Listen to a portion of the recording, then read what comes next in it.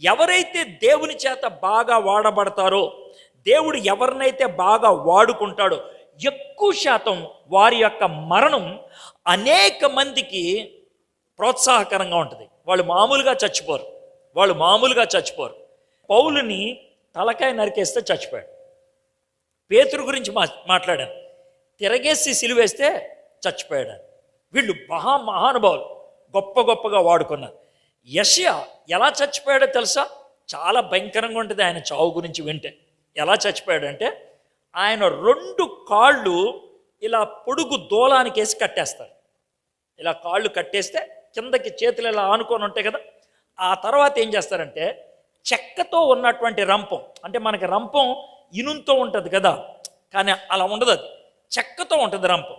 ఆ చెక్కతో ఉన్న రంపంతో ఇలా ఇలా ఇలా కోసుకుంటూ వస్తే మనిషిని 2గా చీల్చి చంపేశారు. చాలాసేపు పట్టుద్ది కోయటానికి. ఒకవేళ ఇనుపు రంపం అనుకోండి, ఒక 2 నిమిషాల్లో మనిషిని నరికేయచ్చు. కానీ అది ఇనుపుది కాదు, చెక్కరంపంతో అలా కోసి రక్తం కారుతూ ఉంటే ఆ విధంగా ఆయన చచ్చిపోయాడు అనమాట. అతి భయంకరమైనటువంటి మరణం.